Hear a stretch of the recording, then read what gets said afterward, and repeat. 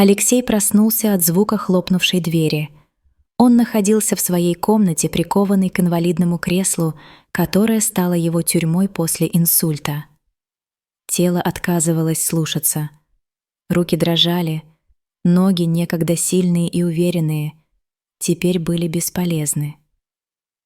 Он повернул голову к окну. За стеклом моросил дождь. Капли стекали по стеклу, как слезы, которые он больше не мог себе позволить. В комнате пахло сыростью, старыми книгами и лекарствами. На тумбочке рядом с креслом лежала фотография. Он и Марина на пляже, смеющиеся, счастливые. Тогда он еще мог бегать, танцевать, носить ее на руках. Теперь он не мог даже встать. «Алексей, ты проснулся?» — раздался голос соседки, Ольги. Она зашла в комнату с подносом, на котором стояла миска с горячим супом. Ее лицо было усталым, но в глазах читалась искренняя забота. Ольга была старше Алексея на 5 лет, но ее доброта и спокойствие всегда действовали на него умиротворяюще. Она поставила поднос на столик рядом с креслом и присела на стул, поправив выбившуюся прядь волос. «Я тут принесла тебе поесть». «Марина опять уехала?» — спросила она, стараясь говорить мягко, но в ее голосе чувствовалась тревога. «Уехала», — глухо ответил Алексей, не глядя на нее. Он смотрел на свои руки, которые дрожали от слабости. Сказала, что ей нужно проветриться. На Мальдивы, кажется. Ольга вздохнула. Ее взгляд скользнул по комнате. На полу валялись пустые упаковки от лекарств. На столе немытая чашка. Она понимала, что Марина давно перестала заботиться о муже. Алексей был один, и это одиночество медленно убивало его. «Алексей, ты не должен так себя изводить», — тихо сказала она. Она не права. Ты столько для нее сделал. Я помню, как ты сутками пропадал на работе, чтобы она могла летать на эти свои курорты, покупать дорогие шмотки. А теперь она... Я знаю, перебил он, но голос его был пустым.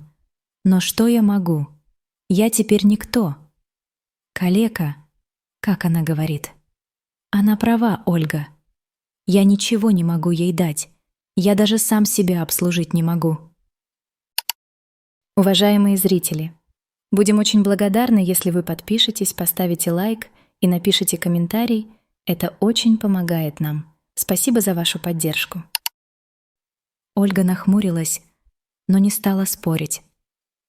Она понимала, что слова Марины, как яд, проникли глубоко в душу Алексея. Она просто положила руку ему на плечо, словно пытаясь передать ему хоть немного тепла. «Алексей, послушай», — сказала она, глядя ему в глаза. «Ты не калека. Ты человек. Ты сильный, добрый, умный. Она не имеет права так с тобой обращаться. Ты достоин большего». Алексей горько усмехнулся, покачал головой. «Какого большего, Ольга? Посмотри на меня. Я развалина. Я даже ложку нормально держать не могу. Какой из меня человек?» «Ты ошибаешься», — возразила она. «Ты все еще Алексей. Тот, кто всегда помогал мне с ремонтом, кто таскал мне тяжелые сумки, кто находил доброе слово, даже когда сам был уставшим. Ты не потерял себя, Алексей. Ты просто забыл, кто ты».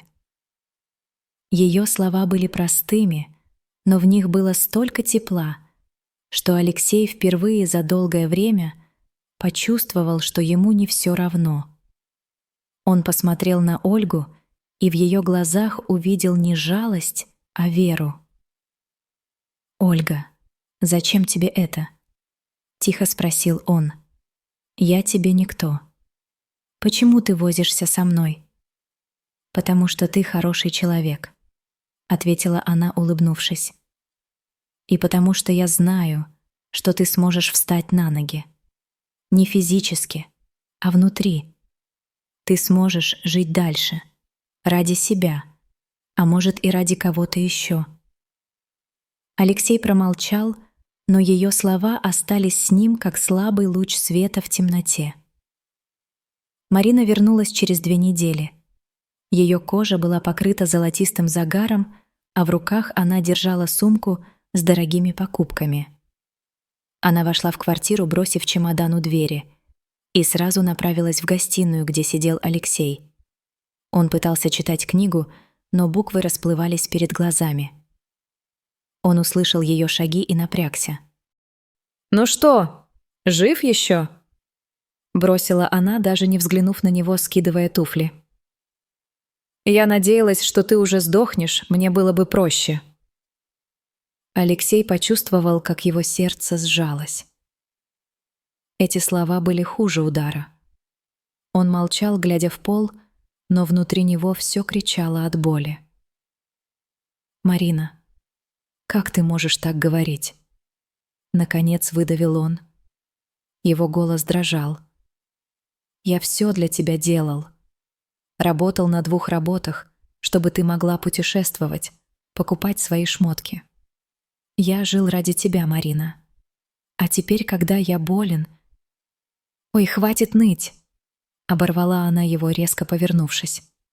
Ее лицо было искажено злостью. Губы подрагивали. «Ты думаешь, мне легко? Я молодая, красивая женщина, а ты калека. Что ты мне можешь дать? Ты украл мою молодость, Алексей. Я могла бы жить с нормальным мужиком, а не с тобой, разваливающимся на глазах». «Марина», — начал он, но она не дала ему договорить. «Ты хоть понимаешь, как мне стыдно?» — крикнула она, швырнув сумку на диван. «Все мои подруги с нормальными мужиками, а я? Я должна тащить на себе этого инвалида. Ты мне больше не нужен, Алексей.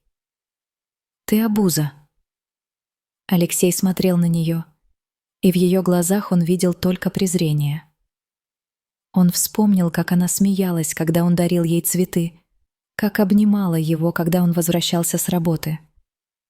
Где-то Марина. Или ее никогда и не было? «Я ухожу», — бросила она, направившись в спальню. «Мне надоело это все. Ты мне больше не нужен». Она хлопнула дверью, а Алексей остался один. Он смотрел на свои руки, которые дрожали от слабости, и чувствовал, как внутри него что-то ломается. Он не плакал. Слезы давно высохли. Но в груди было пусто, как в заброшенном доме. Ольга зашла к Алексею на следующий день. Она сразу заметила, что он выглядит еще хуже, чем обычно. Его глаза были красными, а лицо бледным, как у призрака. Он сидел в кресле, уставившись в стену, и даже не повернулся, когда она вошла. «Алексей, что случилось?» — спросила она, присев рядом. Ее голос был мягким, но в нем чувствовалась тревога. «Она ушла», — тихо ответил он. «Сказала, что я ей не нужен, что я калека, что я украл ее молодость». Ольга сжала кулаки. Ее сердце сжалось от боли за этого человека, который столько лет жертвовал собой ради женщины, не ценившей его. «Алексей, послушай меня», — твердо сказала она, глядя ему в глаза. «Ты не калека. Ты человек. Ты сильный, добрый, умный. Она не имеет права так с тобой обращаться». «Она права, я калека», — горько усмехнулся он. «Посмотри на меня. Я даже сам себя обслужить не могу. Я ничего не стою». «Это временно», — возразила она. «Ты можешь восстановиться. Но даже если нет, это не страшно. Ты все еще Алексей». Прошло несколько месяцев. Алексей переселился к Ольге. Ее квартира была уютной, полной света, в отличие от пустого дома, где он жил с Мариной. Ольга помогала ему с бытом, но не жалела его. Она заставляла его двигаться, делать упражнения, читать, общаться. И однажды она предложила ему записать видео. «Ты столько знаешь, Алексей», — сказала она, сидя за кухонным столом. На столе стояла чашка чая, а в углу комнаты тикали старые часы. «Ты можешь делиться этим? Расскажи о своей жизни, о том, как ты справляешься. Это поможет другим». «Кому это будет интересно?» — с сомнением спросил он, глядя на нее. «Я никто, просто больной человек».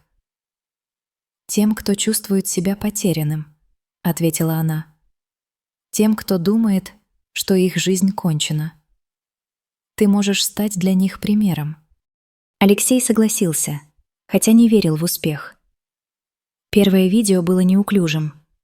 Он говорил медленно, запинался, но Ольга помогала ему редактировать. Они выложили ролик на YouTube, и, к их удивлению, он начал набирать просмотры. «Смотри, Алексей, уже 1000 просмотров!» — радостно сказала Ольга, показывая ему телефон. «Люди пишут, что ты вдохновляешь их». Алексей не мог поверить. Он начал записывать больше видео о своей жизни, о борьбе с болезнью, о том, как важно не сдаваться. Его подписчики росли, и вскоре он стал настоящей звездой. Люди благодарили его за честность, за то, что он давал им надежду. А с Ольгой они становились все ближе.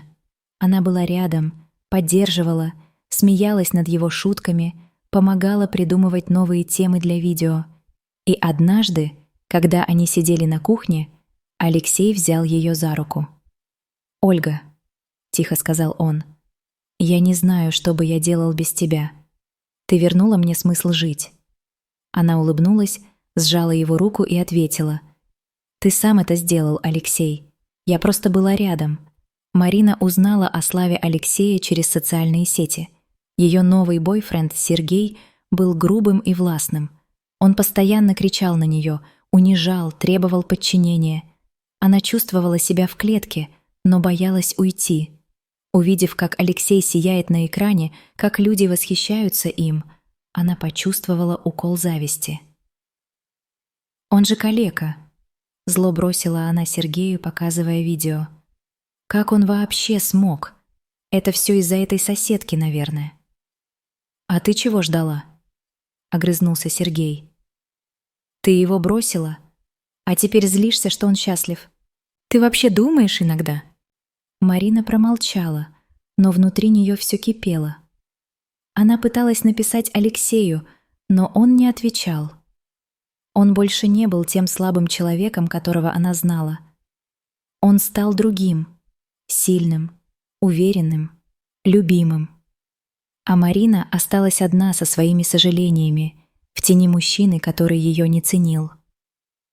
Она поняла, что потеряла не только Алексея, но и саму себя. Алексей продолжал записывать видео, вдохновляя тысячи людей. Он и Ольга стали неразлучны. Их отношения переросли в нечто большее, чем дружба. Они нашли друг в друге то, что искали всю жизнь: поддержку, понимание, любовь. А Марина смотрела на их счастье издалека, понимая, что ее мечты о красивой жизни обернулись пустотой. Она потеряла все, что было по-настоящему важно, и теперь ей оставалось только смотреть, как Алексей, которого она считала калекой, стал тем, кем она никогда не сможет быть. Человеком, который нашел себя.